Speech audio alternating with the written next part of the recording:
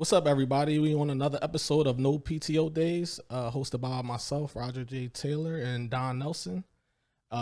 We have a special guest today. Actually, her name is Kemi, and a lot of people that know the brand that followed us a couple years ago. We went to Art Basel. That was like a pivot of Miami. Shout out to Wynwood. Shout out to the Art District of Miami, South Beach, and that was a pivotal time for Elitism Group. So just to keep it, before we introduce the guests, we were networking. It was a moment where 2 weeks prior, we said we was going to go out there. As everybody knows, the brand Don is a great artist, a great fine, a visual artist. I'm saying that correct? Thank you. Okay. And in the midst of meeting and networking, we met this young queen, and yeah. So what's up? Thank you for being here. Appreciate you. Thank you for having me. How y'all doing, first and foremost, before we even get into? Doing good. Doing good. Happy Air Max Day. Happy Air Max Day, yes. I need to re-up for real. Yeah, so I guess we'll jump right into it. When we were networking with everybody in regards to like meeting other creatives, this young lady, she has her own, what is it? Truth Studios. Truth is Studios. Right. I knew I was going to mess it up. You spoke that into existence. I spoke it into existence. It's all right though. So yeah, tell us a little about what you got going on now, and then we'll kind of circle back to Art Basel, and we'll touch on some other things. Okay. So yeah, what's up? What's going on with you? Well, so first and foremost, my name is Kemi Karim. I'm 22 years old, born and raised in Brooklyn, New York. I'm currently in DC because I'm pursuing my BA in public relations and a minor in photography. I'm also the founder of Truth is Studios, which is a platform that focuses on education through art and writing for the betterment of underserved communities.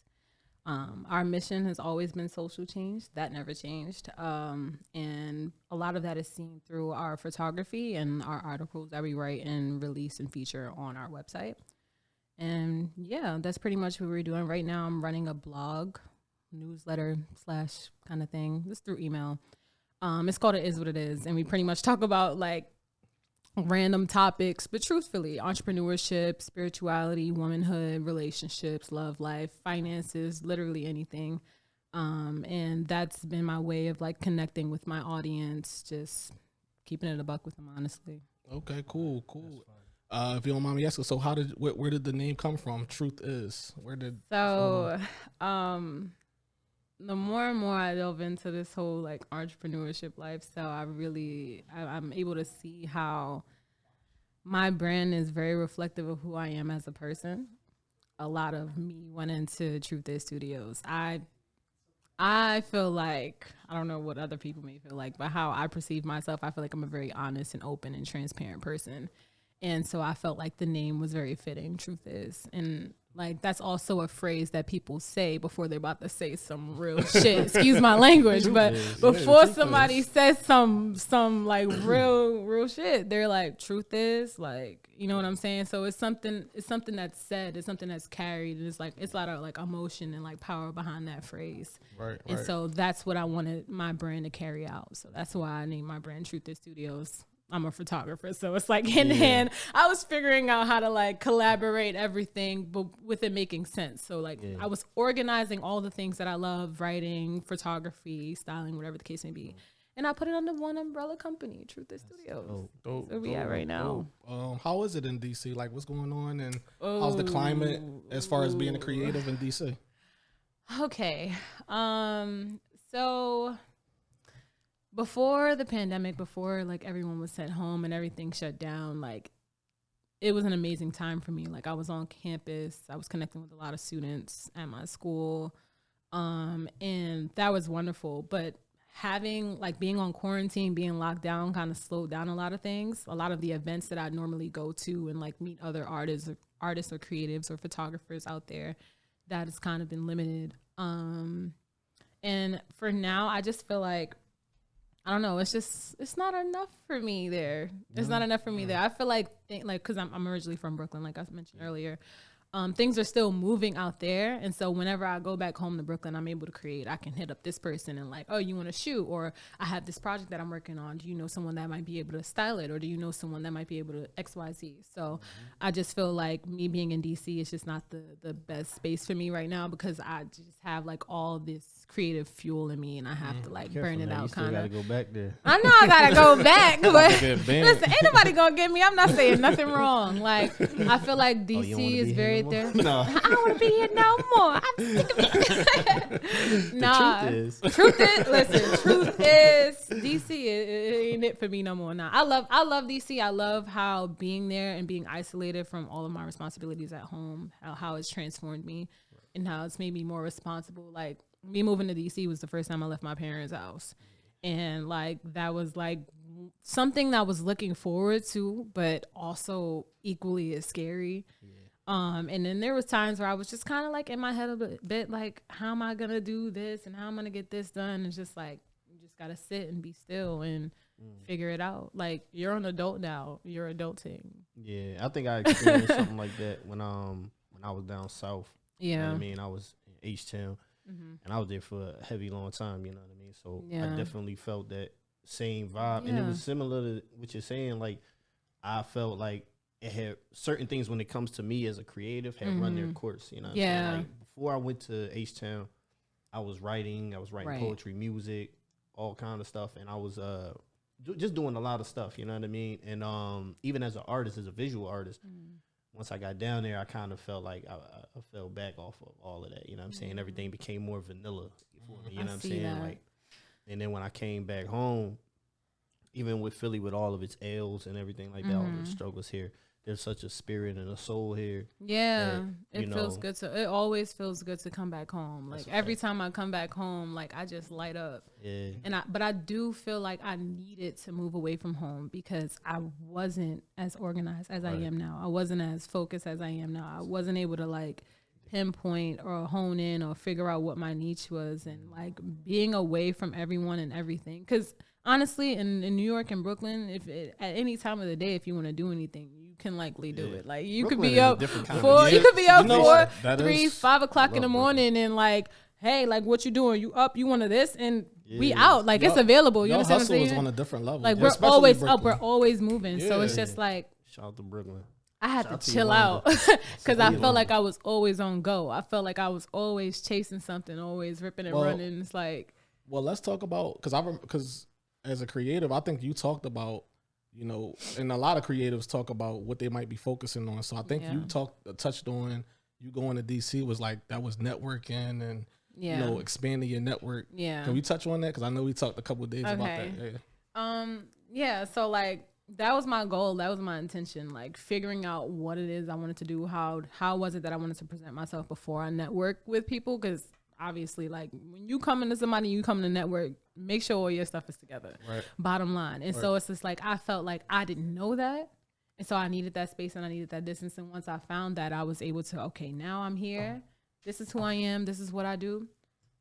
Who are you? What it is that you do? How can you help me? How can I help you? How can I provide my services to you, kind of thing? And I'm in a much better place now. Like, I feel a lot more sure of myself and sure of what I'm doing. And I don't feel like I need to rush. I don't feel like there's any pressure or weight on me to get certain things done. I obviously know I have responsibilities and I have to do certain things that are on a time frame, but I don't feel that pressure of needing to be or do in like whatever particular way that serves other people. It's really for me, and just making sure that everything that I'm doing is reflective of who I am as a person and what my brand embodies. So I think that and again, I know we'll talk about Art Basel, so we'll talk about from our perspective, and then you can kind of let us know what made you go out there, and then what was your experience like.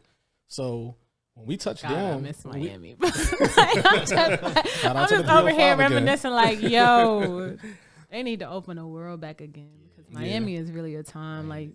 It's crazy because I had been there 8 or 9 times prior to. I think that was my first time. That was your first time. I think that was my first time. So you had it was a different. And that was my first time. And that was your second or third in Miami. That was like my maybe 5th or 6th. That was my first time in Miami, and that was like my second time on a plane. I have never been on a plane until like maybe like 2-3 years ago, something like that. Like that's probably my 5th time.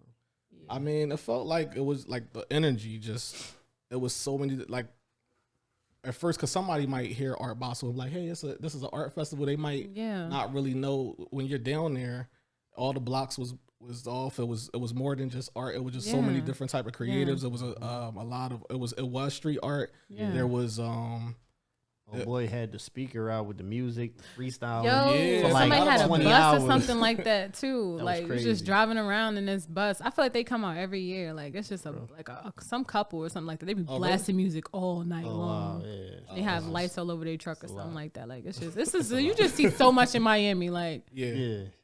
It was heavy, man. We got to do a lot of stuff, man, down there and meet a lot of cool people. Yeah. Make a lot of connections. Shout out to Salam Remy. I'm saying linked up with Salam Remy, real thorough dude. I don't know if y'all know. If y'all don't know Salam Remy, that's a Nas producer. You know what I'm saying? Back when I was heavy into music, Nas was my dude. You know what I'm saying? He still is the GOAT. But anyway, that's enough conversation. And we met a lot of dope people. So you were one of them that we actually still keep in contact to this day. Respectfully.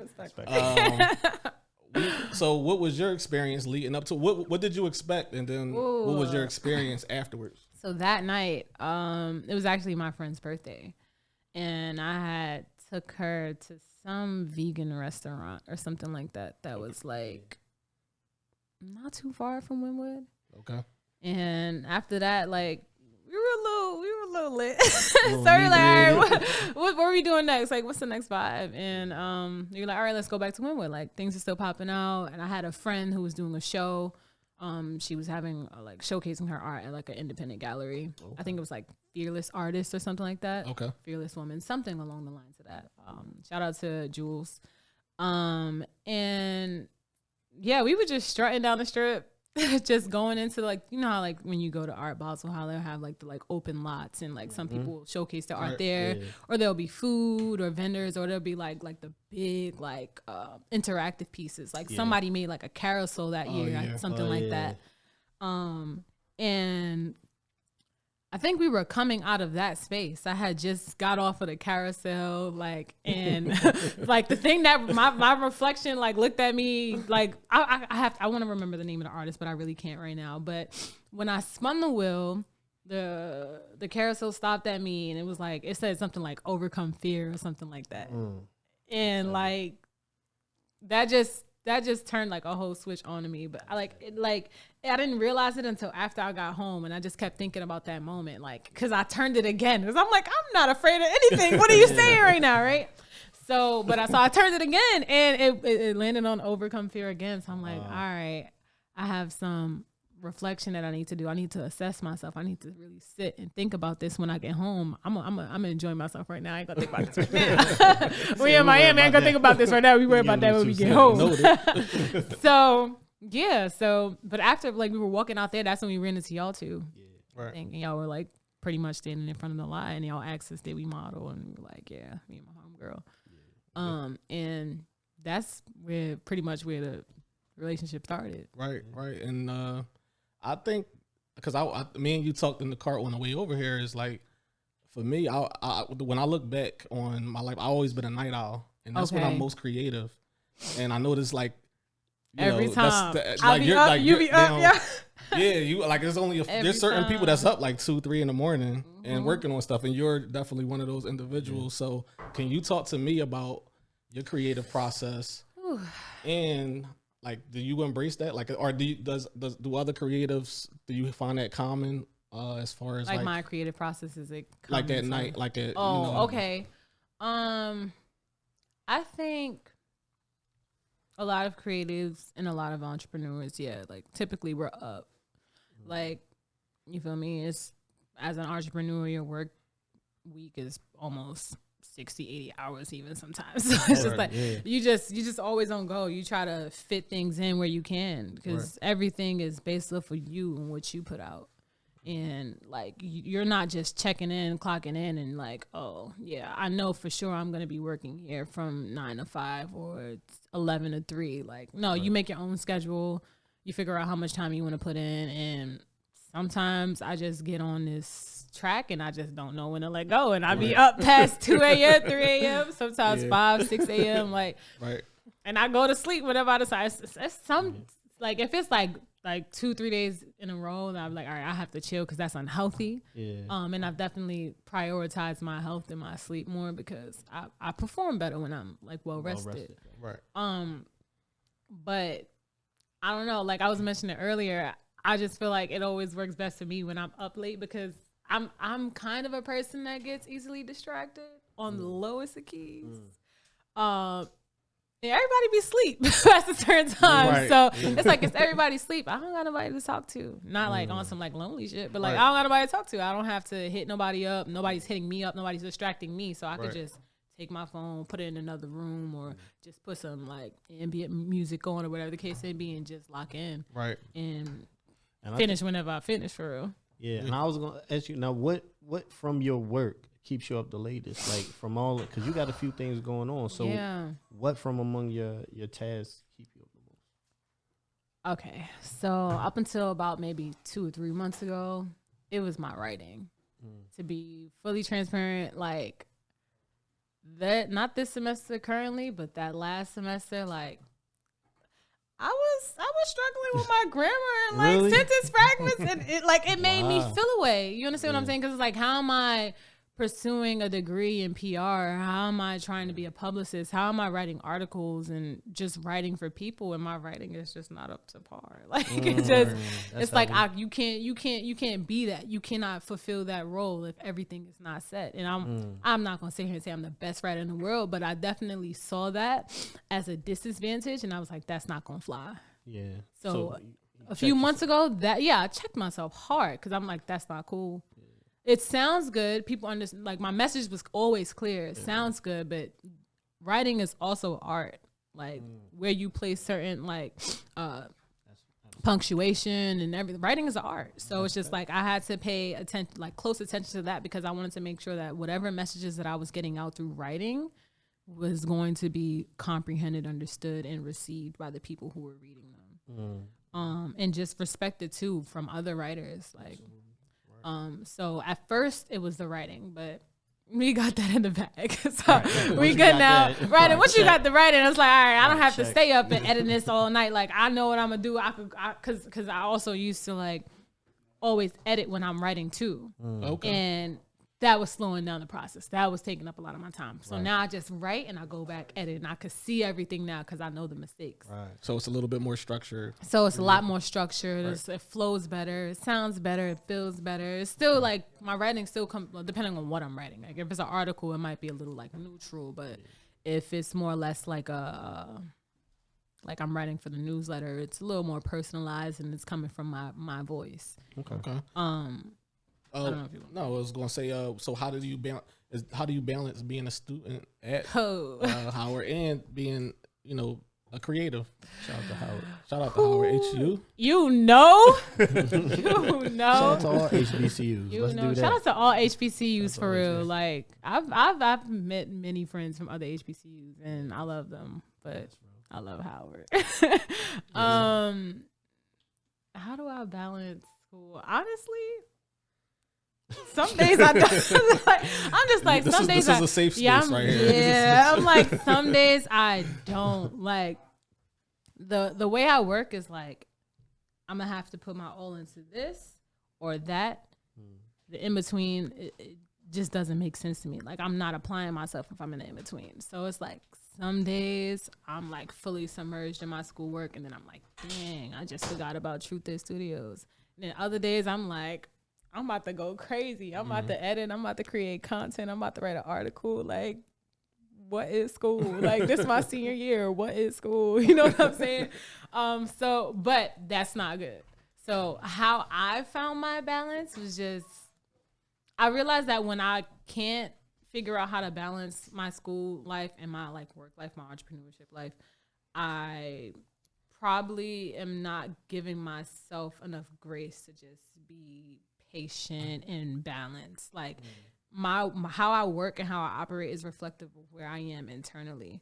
And so like a lot of the time, like I'm just like, all right, let me sit down, let me give myself a break, let me meditate, let me regroup. And now I can make a conscious decision of whether or not today I want to work on schoolwork for X amount of hours. Stop schoolwork, be disciplined like that. Stop schoolwork because I know that I have to do this. And so I have to forget me not being able to be in the middle. I have to be in the middle because I want both equally as bad. I want to be a stellar student, but I also want to have a business that is like its own entity. You know what I'm saying? So. And let's talk about also, because we talked about like friendships and friends that might not be in your same type of space. Yeah. And you have to protect your time. So can you touch on like... Absolutely. 100%. Yeah. It's so crazy too, because I think maybe like 2-3 weeks ago, I wrote a whole article about this whole like little blog post about it. Just in general, like if I don't remember the woman's name, but she said something along the lines of like, if the people around you do not align with where you are currently or where you see yourself in the future, eliminate them or limit like your access to them. And so I've already been doing that because I realized like a lot of my ideas and just like where I am, a lot of people I grew up with, they're not there. And you can't force someone to be in a position that they don't foresee for themselves. You can't force someone to want more for themselves if they are comfortable with where they are. So I had to like, basically I'm always trying to spare people's feelings, right?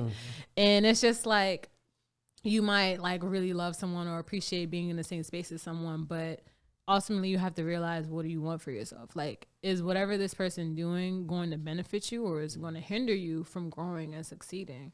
So sometimes you have to separate from people regardless of history, and that's really all it is. Like, it's no hard feelings, it's no beef involved, but it's just like, I know that this is what you want and this is what I want, and we're just not in the same place.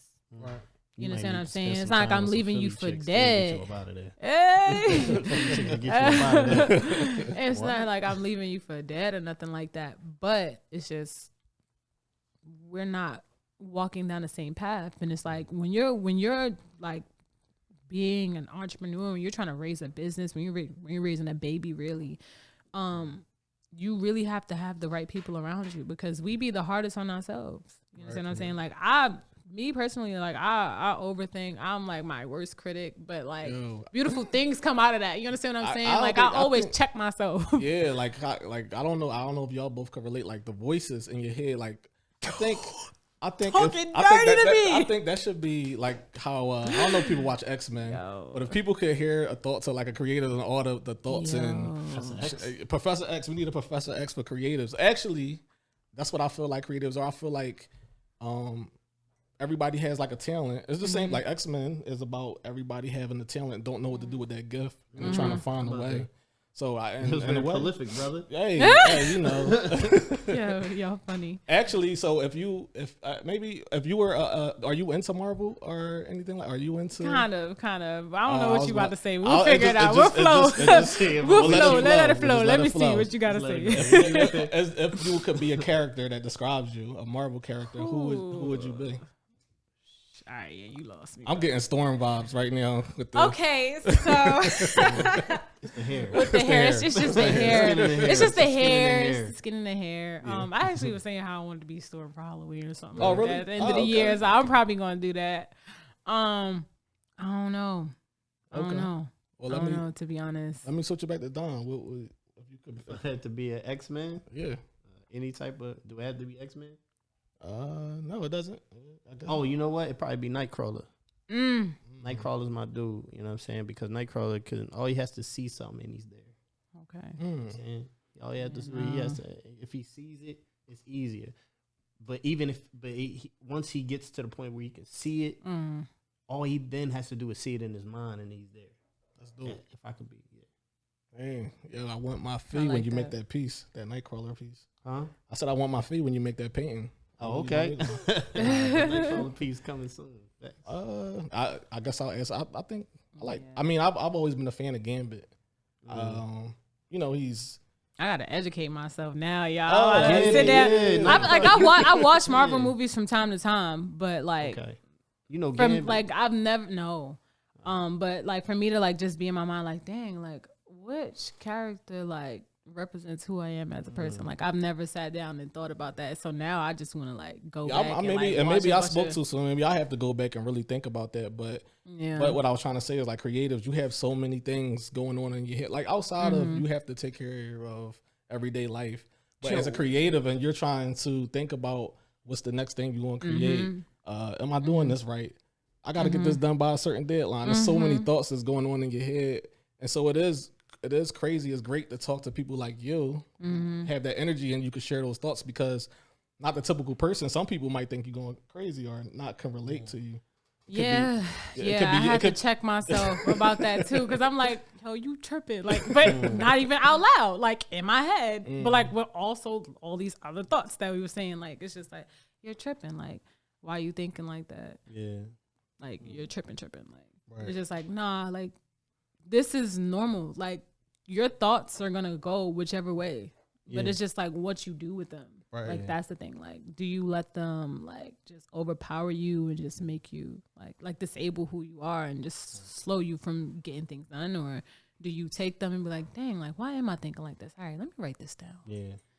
Let me call somebody. You know, like let me call somebody who might be able to relate to this. Let me not dump on somebody, but let me vent to somebody who might be able to like understand what I'm going through, because maybe I'm tripping, because you sometimes you do need somebody to like to talk to. Like, okay, like this is what I was thinking. Am I bugging? Like, you know what I'm saying? Because we be in our head a lot. Creators are always in their head, so it's just like sometimes I really do have to like reach out to people who I trust and just like, yo, that might be an issue for me because I don't do that enough. It's not easy. I don't talk to a lot of people about. It's not easy. Yeah, it's not easy for real. And so it's just like that's another thing too. Like to not. Some people just don't get it. So it's like even if you do vent to somebody, sometimes they just won't. It's just like, dang, like this is a waste of time. You know what I'm saying? I just could have kept this to myself. I just wrote my little book. You know what I mean? I put that out. I put that out there. I said, what I say? I said that on one of these social media. I said, man, at this point I don't even ask questions because y'all don't know either. Oh yeah, y'all don't know. Like I put that out. I was like, y'all don't know either. Yo, man, I done got crazy. some bad advice, man. I lost a lot of love from that. Sometimes, but like the best thing about writing though that I found is like sometimes the answer really be inside of us. That's a fact. And like it's just like the more that I write, the more that I really just channel everything and just to a document or a piece of paper and just let it out, and then I'm able to see it. So now it makes sense because everything is not just floating in my mind, like it's down on paper. You feel me? So it's like I could follow where I'm going with this. You know what I mean? Now, my father once told me, he said he told somebody like, don't ever read my books, my journals, your feelings gonna be hurt. Yo, you know what I'm saying? I got some things in there. Yeah, you know, once that real. person read it, you shouldn't have done it. You know what I'm saying? But our thoughts are like they're very private, and like sometimes they're just like it might not even be like our thoughts are not who we are. They're just thoughts. Like, you understand what I'm saying? Like we might feel this one way about a person or a situation, but like our thoughts might be just on some like, but what about the other side kind of thing? Like, and then I feel like that's the power of the mind, like being able to think about the other option or other alternative. And so it's like, it's not reflective of who you are as a person or how you feel about that person. It's just like our thoughts just be going different places sometimes. And like, that's why it's important to just really like look at them just as thoughts and not as who you are, or just take your thoughts and put them into your emotions and now put them out on other people. You know what I mean? So it's like, it's really it's like a 3-step process. It's the same thing with me as a painter. You know what I'm saying? I feel like where, you know, at the worst parts of my life, like you can see, if you look at my art, where you can see the progression of like where I am with my art right now is very positive. Where I am spiritually is very positive. And where I am relationally, you know what I'm saying, with my friends and people I care about, they're all positive. You know what I'm saying? So right now, okay, you know what I'm saying? They're pretty positive right now. That's good. But there was a time where like you look at some of my art, you be like, oh God, what was this man going through? My God. Yeah, you know what I'm saying? Oh, like, my God. And you know, but you know, some of the best things come from that pain too. But I think that's cool, because even when we went to Art Basel, one thing when we went to Scope, it was a lot of black artists, and you know, you might have had someone sitting there explaining what that person was going through at that time. So whether it was dark, you know, I guess it shows phases of your life. Absolutely. And that could be valuable when we talk about, absolutely. When we talk about, I forget the point that I was about to just hammer in, but yeah, if you look at artwork, whether it's a dark time, it's like timestamps of your life. So that dark art be good. That dark art. Because people look at my stuff like he just told me, he was like, because he noticed some of my work was starting to bring a lot more bright colors and things like that. Yeah. And he said, he was like, man, he's like, yo, I see you brightening up your art. Because some of my stuff, you know what I'm saying? I get it. and I guess it was like affecting people in a certain kind of way. You know what I'm saying? But now that I do see, I think, and the funny thing is, those brighter pieces are things that people actually are like more inclined to purchase and things like that, because most people, even if they're not in a bad space, they're not going to relate to it. And if they are in a bad space or a dark space, they may want something that's going to make them feel a little different. You know what I'm saying? That's very true. Yeah. So that's very true. You know, so I guess that's a double header for that. You know what I'm saying? But for me, you know, I still love the dark. Or even in a I could go deep, I could go dark. Like, that's how I am. Like that's where I'm balanced at. Like I could be like skyrocket happy, like way up here, top floor happy. You feel me? And I could go down, but like not in like a way that's like, oh, I'm like depressed or like whatever case may be. Like I can feel like I have like that much depth to me. Like where I could really go low and like just emotional intelligence. Yeah, you know what I mean? Like you have to have that. You have to have that. Like it's important to see both sides because there's beauty in both sides. Like there's a lot that can come from either direction. That's facts. That's true.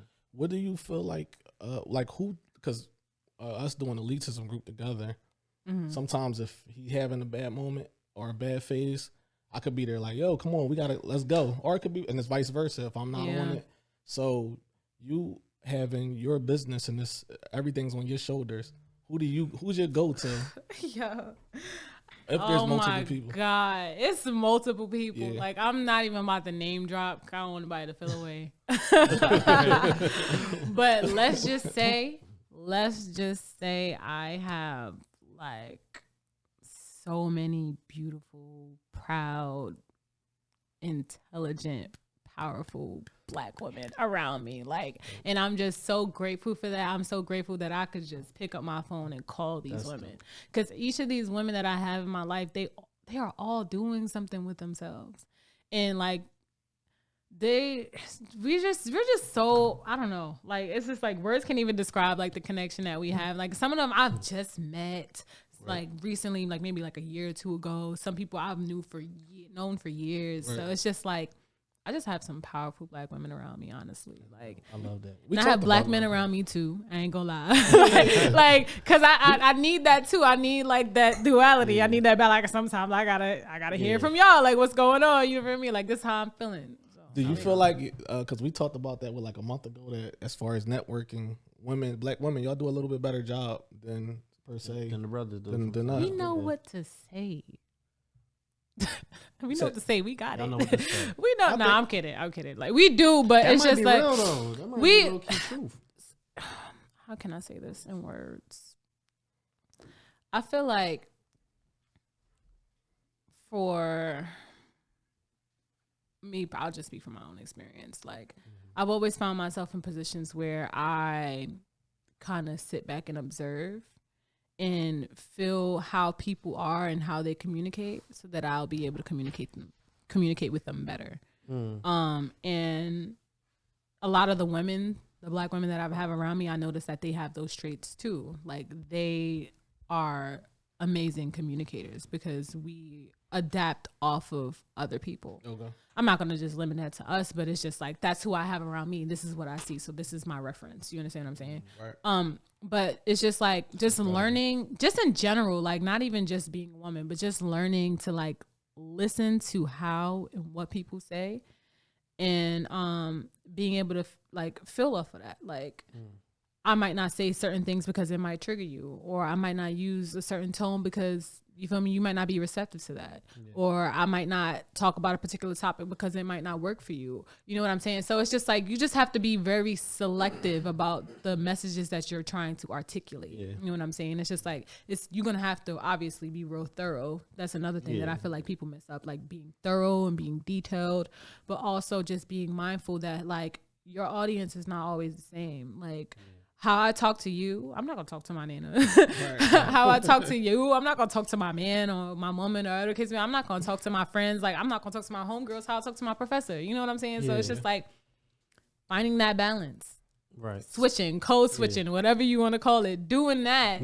so that you can perform best in whatever spaces that you feel like you need to be in. Yeah, they said. I'm sorry. Go ahead, bro. No, I was just gonna say, like, you know, someone who I consider to be the wisest man in history once said, wisdom is putting things in their proper place. You know what I mean? So I'm gonna have to write that down. Yeah, man. You know, I can give you the reference. I'm gonna give you the reference off air. You know what I'm saying? All right. I'm gonna give you the reference off air. You know what I'm saying? But wait, hold on, wait. We gotta run that back one more time. Yeah, he said wisdom is putting things in their proper place. You know what I'm saying? You know, and I live by that, you know what I'm saying? So when I know that I'm making a error, you know what I'm saying? A lot of times it's because I've misplaced my action or my word, you know what I'm saying? You know, and so, you know, like you said, and I've made so many mistakes in my life, man. I mean, we all have, you know what I'm saying? And every time I reflect on it's because I did that. So, yeah. You know, putting yourself in around circles. That's why, you know what, I'm proud to be in the circles that I'm in, you know, and with the people that I'm around. And sometimes, you know, they say like, you know, if you want to be successful, sometimes you got to be the dumbest person in the room. You know what I mean?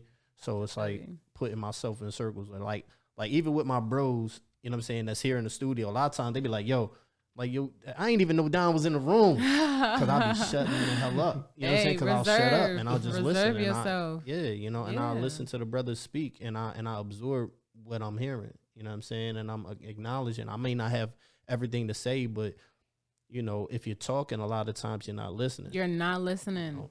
So a lot of times I'm just shutting my mouth and listening. Bridging those two things, you talked about wisdom, and when you referenced the first person of like family, you said Nana. The vibes that I get is like you have an old soul. You ahead of your time. Like you said you're only 22. Yeah, 22. So does your inner circle tell you that too? Like you have an old soul. Like all the time. And it's like you the group grandma. I'm not the grandma. Grandma in the group. I'm not the grandma. It's just like I'm very like intuitive and like just I'm just old. Like I'm just old here. You know what I'm saying? Like I don't know. People don't believe this, but I feel like I've lived this life many times. I've lived and died and came back and had another chance. You know what I'm saying? And so it's just like, I don't know. I've been here before. And it's just like, now that I'm here right now, like in this body, I'm just trying to figure everything out all over again so that I could be the best person I can be during this lifetime. You know what I mean?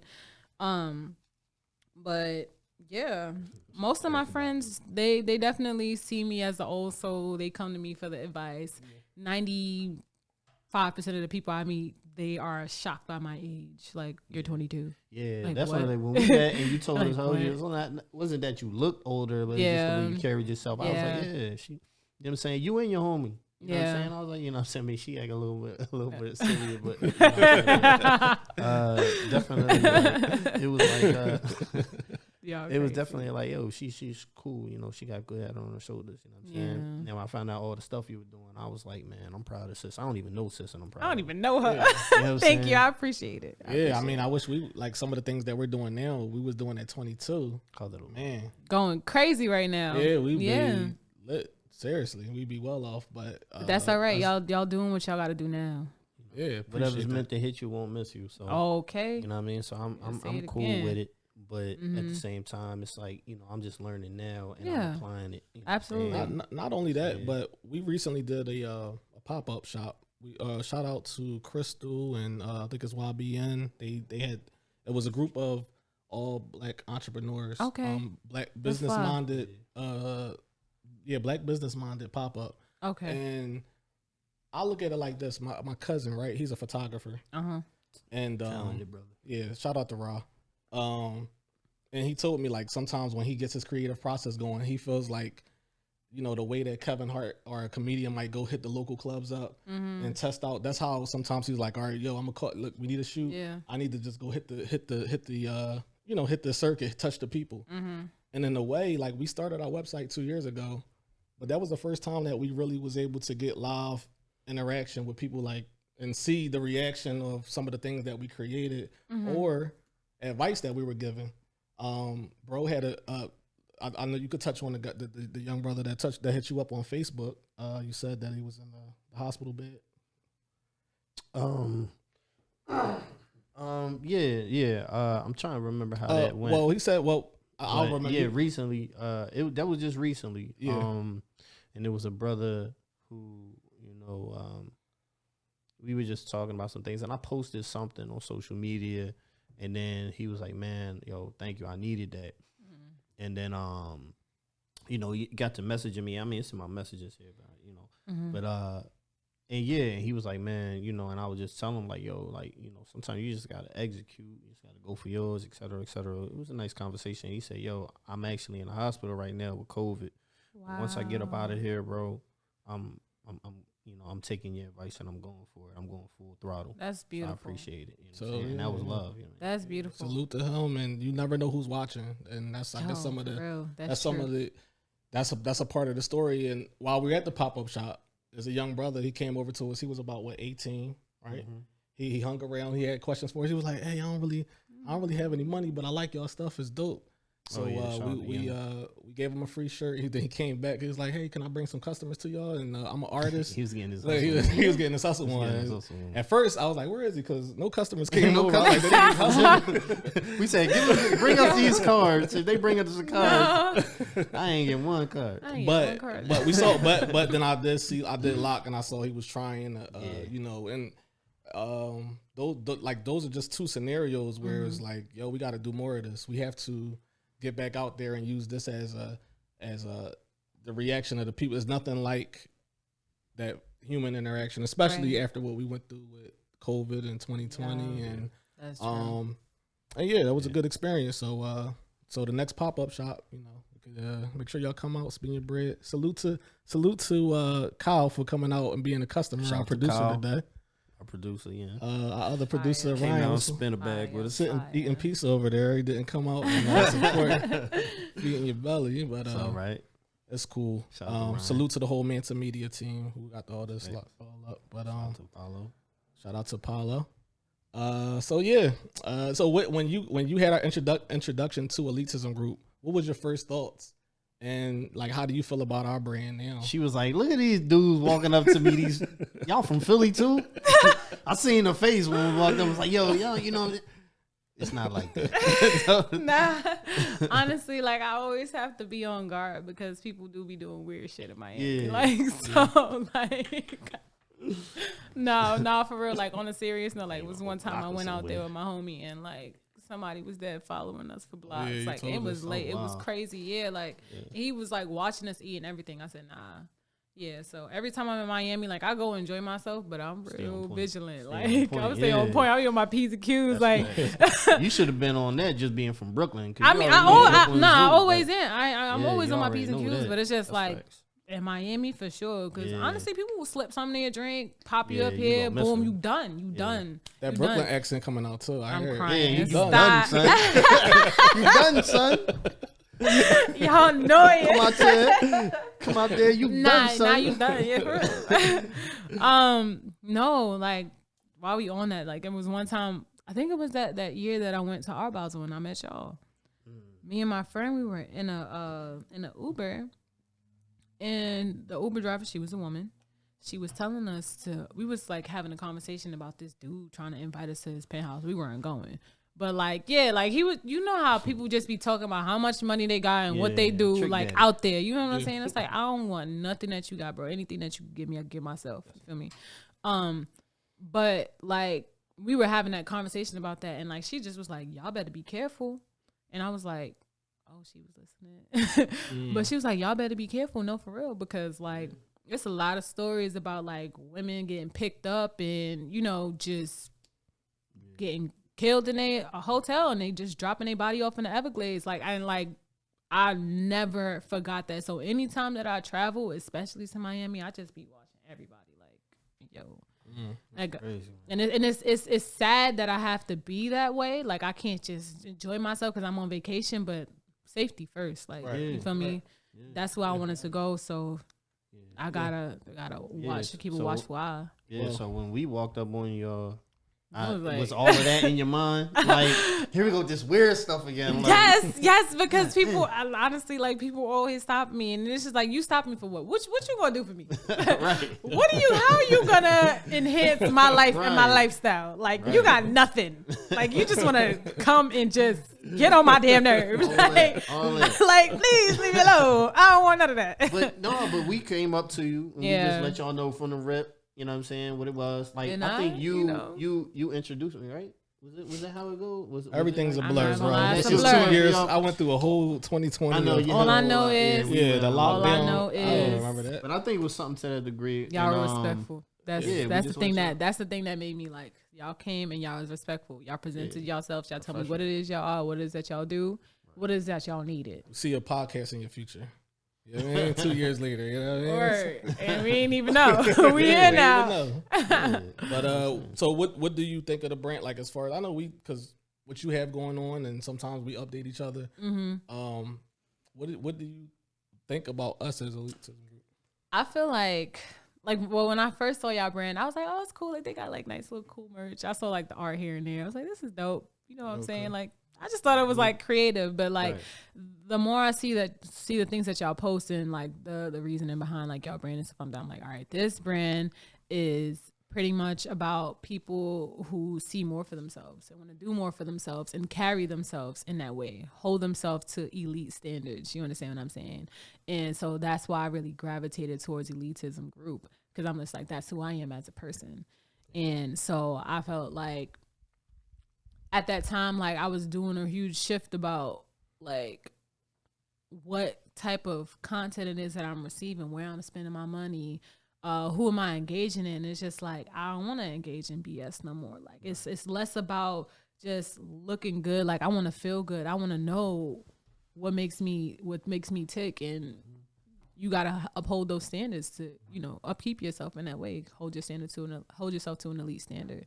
And that's the thing that I like appreciated most about y'all brand. And like, just to see like the collaborations that y'all have done with like other companies and stuff like that too. Like, all the stuff that y'all been putting out has been dope. So like, y'all just, and y'all like, it's just like, I feel like y'all been making clothes that just work with people who need to carry themselves to an elite standards, whether it be dancers with like the Dream Junkie shorts and stuff like that. Like, those are my favorite shorts. First and foremost. Shout out to Divas and Hills. Okay. My mom went somewhere else when you said dancers at first, but yeah, shout out to the Divas. That's yeah. So. Wait, I'm not lost, but okay. I like, all right now. Shout out to Divas and Hills. Yeah, that was a dope collab, and you know, parlaying off of that kind of led to us like, all right, well, we need to do more of business to business collaborations or, you know, other artists collaborations, and it's a whole dope thing, and I'm pretty sure we're gonna do some collaborations with Truth Is, you know what I mean? So you got people. We coming. I already got everything written down. I'm not even gonna hold you. Like, this year, like, I wanted to maybe drop some merch, but we'll see. I'm doing my best to not overcompensate. Like, I'm going by the flow. I'm doing things with the flow. Like, I need to push out content, like, no, because if I push out content, I want the content or the merch to be fire. So it's like, I'm not gonna push out nothing that's just half done. You know what I mean? So like, yeah, I have the design drawn out, but not so much like how, like, what material, what fabric, whether I want the font or the logo to be embroidered, or whether I want it to be vinyl, or how I want it to. So see, these are some of the thoughts that's going all over, and all over. Like, I be all over the place. I will say this though. Sometimes it is important to just throw something out there. Yeah. Okay, You know, I'll take that. You know, because I'll take that. a lot of times you'll overthink it. You'll think yourself out of it. You know what I mean? And then in the long run, you be like, damn, like how many times was it like, yo, we want to wait to do this and then we delay it. You know what I'm saying? Yeah. Because Too many. Too many times, and it's a lot of missed opportunities. So it's like I'd rather just get the process started and make my mistakes and fail forward. You That's know what fair. I'm saying? So I'll take note of that. you feel me? So like Noted. sometimes, so it's like even like I'm not a fan of certain type of shirts, right? Like like I'm an aesthetic person, so I don't like certain type of print, you know, methods, right? But I know people that do those print methods, and you know, I'll still support. I'll still buy the shirt. I'll still whatever the merch is. I'll take note of it, and I might even keep it a buck with them. Like, yo, like you should look into this. Yeah. Look into this style of doing it, and I'll give them the game on how you know me and him kind of figured it out. Like, yo, try this method of this. You know what I mean? Or it's this type of stitch or whatever. Because you know I sew a little something too. So it's like once they get to that point, I mean, they'll either take it or they'll leave it. But I'ma still tell them like, yo, I'm glad you're out there because it's better for you to just get something out there and start doing something than for you to do nothing and just keep thinking about it and keep thinking about it. You know? No, it's not even like I hear what you're saying, and I definitely took note of that. But for me, it's more or less like I'm not thinking about it, like overthinking it. I put it down in the book because this is what I wanted. I know how I want it to look. I'm good on that. Okay. Now I just want to make sure that I have the right tools and the right resources. So I'm not putting out bullshit. Got you. It's not that I'm waiting because I want to wait for like this time of year or like like I want that like you said, that quality. You know what I'm saying? I want to do my research. I want to make some, I want to make certain connections first because it might not even be as expensive if I connect and contact with the right people. It could be, you know what I'm saying? So I'm moving smart, not hard. I don't want to make this thing hard on myself. You feel me? So like that's where I am with like waiting. I can do that. But like no, we good. Like it's not like it might not be this good. Like I know exactly what I want to do. As long as you're not doing that. I know exactly what I want to do. I know how I want it to look and the functions and everything. Like all of that's good. It's clear. But that's fire. I love that. I think on one of our previous episode, we talked about the hats. It was similar. Like and I don't know if you probably didn't hear it yet, but we talked about when we started our brand that we were going to start with dad hats, a quality dad hat, as opposed to doing shirts. So we kind of touched on that. We could relate.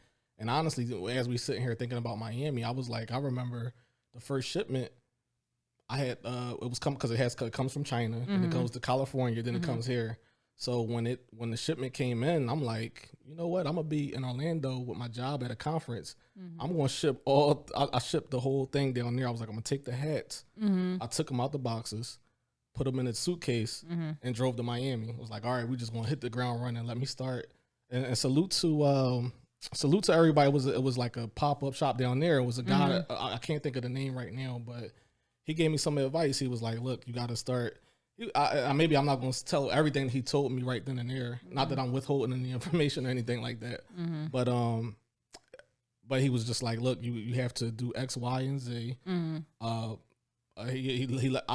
purchased one of his hats, and I think that was my first purchase. That was the first sell. That was the first transaction. He was like, look, I'll support you, and that was dope. And I think that's important in our culture to just keep paying it forward. If we have somebody that's starting out, there's enough money in this that we all can. It doesn't have to be that if somebody's doing the same thing as you to already have a defensive mode. We ran into that last year. We was walking down Walnut Street, and we told a young brother.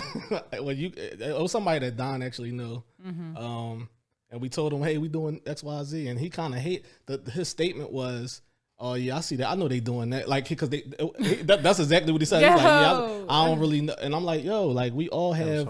Why you? I just referenced that in a conversation at the gig because I was remembering that, and I was like, man, I remember when that happened.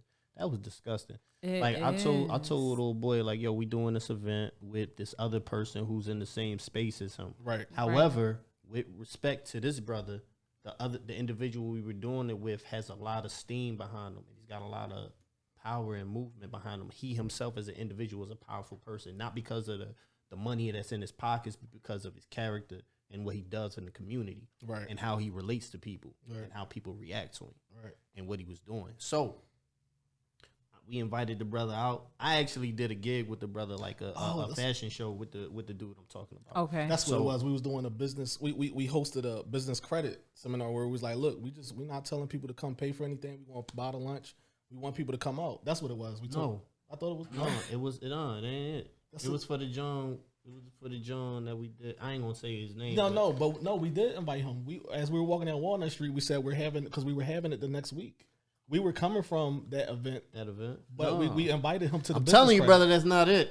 I'm gonna tell the people. Don is wrong like 80% of the time. I have time stamps. That is his but opinion. I'm gonna take the high road on this one, and I'm gonna tell you what it is off air, and then you can apologize to me next show. Just like say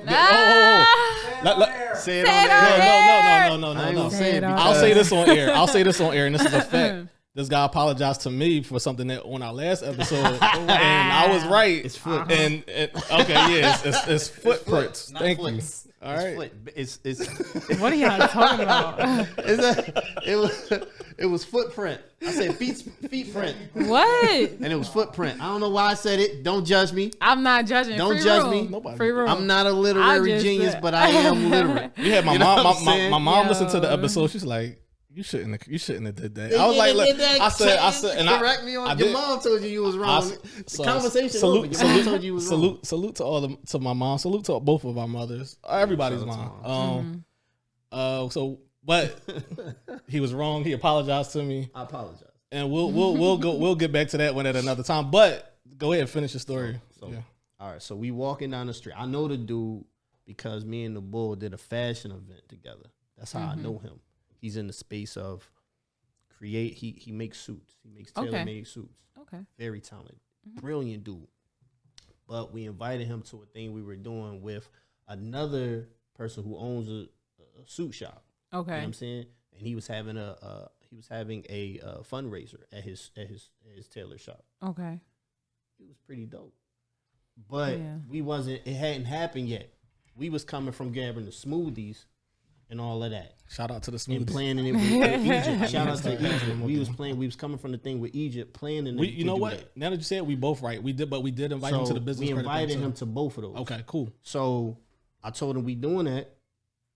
We're doing this, and he was like, yeah, I'm not in the space of, supporting my competitors, but I got you. And I looked, and I was like, and I almost wanted to throw up on him. You know what I'm saying? Yeah, I was like, ew. Like, why? Ew. Why that? It's so what I'm crazy that y'all even talking about this right now. Because just the other day I was having a conversation with somebody, and I pretty much said something along the lines of like, opportunities are limitless, not limited. And it's like, if you want to be a creative, you have to understand that, because literally me as a photographer and a writer, everybody's a photographer and a writer. But it's like what you do with that. How you use your camera, how you use your pen, how you use your mic. You know what I'm saying? It's like how you use that. Right. You feel me? Like, it's just, I don't know. So I think, and we try to do a good job of, whether it's people in our city, we there's numerous of times where we'll roll up on somebody that's in the same lane as us. Hey, look, we got Elitism Group. We want to support. So we want to take that first step. Because, sometimes it's about the energy that you put out at the pop-up shop. Shout out to you. You went out to the couple of people that was selling hoodies and stuff. So that's considered the same category. So we both, but between the both of us, we did, we're trying to make money for our brand, but we probably between the both of us probably spent about $200-$300. I probably spent about $200. You get out what you put in. Yeah. So maybe $400 between the both of us, just to support other brands.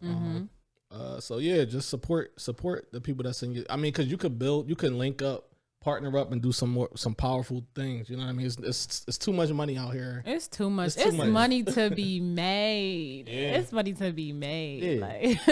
and you know what? I'm gonna tell you like this. In a space like that, like, okay, we talking about business, so money is actually the goal, but legacy is important. You know what I'm saying? So it's like, if you look at some of these big companies and stuff like that or whatever, like where they're doing this philanthropy and they're giving all this money away and stuff. There, I mean, a lot of it is tax things and all that type of stuff. You know what I mean? We know that. It's business. A lot of it is business. But at the end of the day, you know what I'm saying? It doesn't hurt to give back. Like charity, that wise man that I'm talking about, that wise man that said that said the other thing. He said that said the other things and many other things that I quote. Yeah. You know, he also said that charity doesn't decrease your wealth, not one penny. So, you know, you gotta give to the community, you know what I'm saying, just as much as you demand from it. All right, first question. I want to know more about what you do, what's your top selling products, and what made you want to become an entrepreneur? What was the drive behind that? Great question. Ooh, all right. I'm going to start from the last thing you asked and go forward. Okay. What started me to being an entrepreneur is everybody kept telling my ass no. I am like if somebody's like, when I was younger, I used to have an issue with like being rejected. I was like, no, like, damn, like, now I'm sad. Like, nah, it was like, no, okay. I'm going to tell myself yes. Because either way, I got to get this bag. Right. Either way, I want to create change. I have to figure out how to structure that. And so I had to lock in and figure out what it is that I wanted to do. And really, it was because like people was just denying me opportunities that I really wanted. So I was all right. Where were you looking for opportunities? Who were you asking? So before I started like Truth Is, and I like channeled that more into like focusing on social issues and stuff like that. Like I was heavily interested in like getting opportunities related to PR because as I mentioned, like that's my major. So I wanted to get like a internship with like Cartoon Network in Atlanta with HBO. And then there was another company, I think it was like Cutline Communications, like somewhere in Cali. Okay. Just like a bunch of like different like PR firms or like networks that are like creative, but like also like, you know, related to PR. Yeah. Because I wanted to have that balance. Like I didn't want to like be a publicist or do public relations work for like just a company that was just regular. Like, no, I wanted to do it for a company that had impact and had some sort of like versatility and worked with a lot of different brands. So that's what I was interested in. But they kept telling me no. So I was like, I'm gonna keep telling myself I kept telling myself yes, and now we here. Now we here with Truth Is. What was that second? So what is it that you're making now or doing now? And you know, what's your top selling either product or service? More, so my company is more service based. It's definitely like I get the most engagement with my newsletter and my photography. Most people, I get a lot like good responses from that. A lot of people like say like some of the people that read my newsletter, they'll text me like, yo, like honestly, I didn't even know I needed that, but like, thank you. Or people just hit me up and it's like, nah, I really like look forward to reading it. So I release the weekly newsletter every Monday at like 9 a.m. And people be looking forward to that. So that's the thing that means a lot to me. Definitely want to check that out. Now, I want to jump back to something you guys were talking about how Black women are better at networking than Black men. And I want to tie that in with her Miami story about how dudes be following her. Do you think that there's a correlation to just how creepy men can be and how women are forced to, one, work together just to survive, and two, if you are a good dude, you're afraid of being creepy, right? How does that work? Like, I want you guys to jump in on, like, you know, when you guys are looking or approaching, you know, trying to network with women, isn't that different? Like, what's the experience with that? And when you're being networked with a guy, right, you have to be on guard. So I just want you guys to have a deeper conversation about what that experience is like and how that factors into, you know, when you're trying to network, how that might work. I mean, we just natural. We don't. I mean, if somebody was a creep, they're a creep, right? Yeah, like I don't feel like that. Let me tell you like this, yo. Like I do have natural shyness, you know what I'm saying? And so a lot of my social skills that I have with women or whatever they're not natural, you know what I'm saying? So it's not that I feel like a creep, but it's just that. I mean, creep is a harsh word. But I mean, it is a harsh word. You have to be aware. The guy who's almost predatory or maybe intrusive, afraid of being intrusive. Right. You know what I'm saying? Like, which I am sensitive to, you know what I'm saying? Because of my culture and my community, men don't just step to the women like that. You know what I'm saying? Like, you give your women, you know, in my culture, in my community, you know what I'm saying? If the women of our culture and our community are coming down the block, we move out the way and let the sisters move by. You know what I'm saying? Out of respect, we don't block the sisters at all. You know what I'm saying? We make sure that if the sisters, and they don't have to be our wives or our daughters or anything like that, but we make sure the door is held. We make sure that they safe. We make sure we let the sister know, hey, one of your brothers is here. Like, you good here. You know, that's rare though. That's not the norm everywhere in society. But for me, it's ideal because of where I come from and what I'm part of. You know what I'm saying? Like, I think that's the most important thing, though. Like how you carry yourself and how you conduct yourself. And like then, we don't really have control over what other people do. Right. And then you're carrying if you're networking, you're carrying the reputation of the brand and the company. This is my first impression of Elitism Group. I'm coming to be weird. I'm coming to present you with an opportunity that's strictly business. I'm not coming to be weird. You know what I'm saying? Right. That's a good way to. Like she said, you guys approach her respectfully, which is why she responded. But a lot of people out there, if they were to jump in your DMs, if it was a guy and he's like, hey. Like, he just says, "Hey," you're gonna be like, even if his intention I'm is a photographer to and network, I just want to take the pictures. All right, so on the flip side, right? If a woman who has a business, you don't know who she is though, and she says, "Hey," you might respond because you don't feel the threat. That's what I'm trying to get at. It's like, it's there's a difference, and also men aren't. If you're aware that you might not know how to phrase it, you might second guess. Should I send this message? How she's gonna take it? Right. So you just don't, or you put it off. Right. And men just also don't network as much because we don't have to in life. Like, it's not necessary. Like, women don't go to they go to the bathroom together for safety. Like, men don't do it's just not with us. We do things a little bit differently because of how society is structured. Like, we can protect ourselves, and we believe we can protect ourselves. We believe we can, and the society isn't a threat to us like the way it's built. Like, it's not that women can't, but like, why would they want to be put in a situation where they feel they have to? Right. Yeah. I think that, and then, you know, like I agree with the sentiment that women have to, or that they've learned to build businesses and the likes of that based out of necessity. Right. Because oftentimes men, you know, if you look at just the history of, like, you know what I mean, like suffrage, all that type of stuff, you know what I'm saying, like, or whatever, women's rights and stuff like that in this country alone, we ain't even gonna talk about the rest of the world. Right. You know what I'm saying? Yeah. It's a struggle. You know, women are constantly struggling. Even in our community, you know, some of the women struggling. We talked about that in another situation where we were on another one of these shows.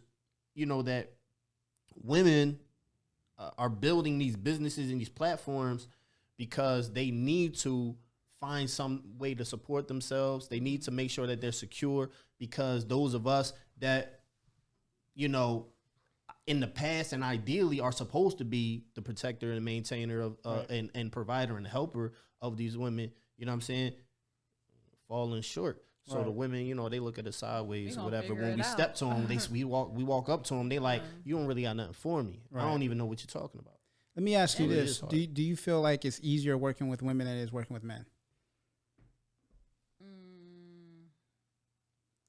Yes, I feel like that because most of the time when I find myself working with men, they kind of try to like bombard everything or control everything. And it's just like they hate, not all men, but some men literally hate to see a woman like just getting things done and not needing him.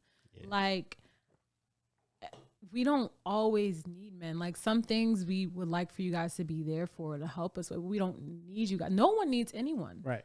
We want to have people around us. We want to have people assist us on these things or whatever the case may be. But sometimes some men is just like, no, like, she's like the defenseless young woman. She needs my help. Like, how about you guys? Do you think it's easier working with women or working with men?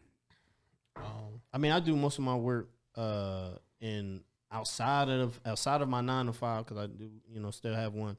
I work mostly with women, And I don't really have too many problems, man. You know, working with men.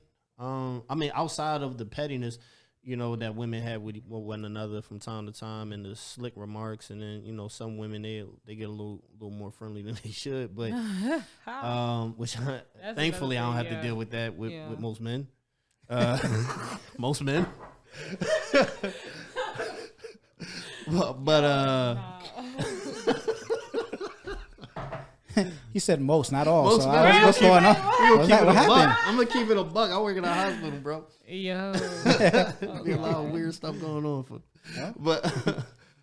no, but working with most of like me and Jay, we've been business partners and friends for years, man, and working with you guys and working with you know, and just most of the ventures we work with, when we deal with men, it's pretty successful. But women have a way of getting things accomplished that does make it a bit more. I don't know. I don't want to say it's better, but it's just different. I do enjoy it. It's just better. It's just better. I just know that women have a way of putting things together that a lot more smoothly than men. Go ahead, Jay. What you think? I'm not going to say it's better on either one because I have good experience. There's pros and cons to both. So I don't think this guy's a politician. I mean, you asking political questions. That's not political. How's that This will determine the relationship of our podcast. I want to know what are you. not for Elitism Group. You know, it's Kyle Ingram and. Well, I'm speaking only for myself. It's not for you guys. Nah, it's cool. I think it's better working with women. I've worked with groups of men, even in small things such as doing a shoot with artists. I'd rather do it with women because there seems to be less ego. Men feel like if they're not in control of the situation, that somehow they have less value. When women, it's more collaborative, naturally, in my experience. This is my experience. I mean, I see my experience is a little different. Like I was a part of, shout out to Jay Forbes. I learned a lot from Forbes over the past 5 years. He actually going to be a guest on our show. I learned a lot about real estate from my OG Terry. You know what I mean? He just gave me free game because he was just inspired to see somebody. Again, it's all personal experiences. So my personal experience, I'm not going to say one is better than the other. There are pros and cons to I could agree with that. Depending on the personalities of that individual. So. Yeah, that's my. I was raised by a man. He did a pretty good job. He worked with me pretty good. So I'm just gonna put this out there. Jay said that he learned a lot. Learning from is different than working with. I work with too. Yeah. If you're trying to build, like, if you were going to start a company, how would you want the gender split to be? Because I would want more women to work with than men on a board per se. That's just me. Why is that? Like now I want to because there's too many egos. Men bring their own ego, and you have to manage that. And it becomes conflict. Okay. Right. Like I think that people when you're working with and this is also from sports, right? Like with sports is a good example. I played basketball. I was a Division I basketball player, semi-pro basketball player. Everybody has an ego. Mm-hmm. You come in, you're the best player in your state. Somebody else is the best player in your state. You have to dominate this person to prove that you deserve a hierarchy. When you watch women's sports teams, their whole bench be cheering, and they all that's changed a little bit. Everybody cheers, but they still, they don't mind if somebody, twist the angle. Sports is a little different because I used to play ball too. Right. Oh. I used to play ball too full time. And it's just like when I came to the games and stuff like that, I had a little ego on me. It's sports. Like you carry that. You know what I mean? I think that women definitely go at it. Like, you know what I'm saying? And they can be catty and they can be petty. For sure. They just like women are more like, that's why you say like men are like the dogs and women are like felines, right? Like the cats, right? Because cats are slick with it. They got their stuff, but they just a little more quiet and a little like there go your girl, she here. You know what I'm saying? Well, dudes do that too though. But again, dudes do it different, but they do that too. No, but I had a man like flat out be like, "Oh, look at your little boyfriend." Like, so I'm like, "What's wrong with you?" Like, you getting on my nerves. That's what I'm saying. Dudes do that too.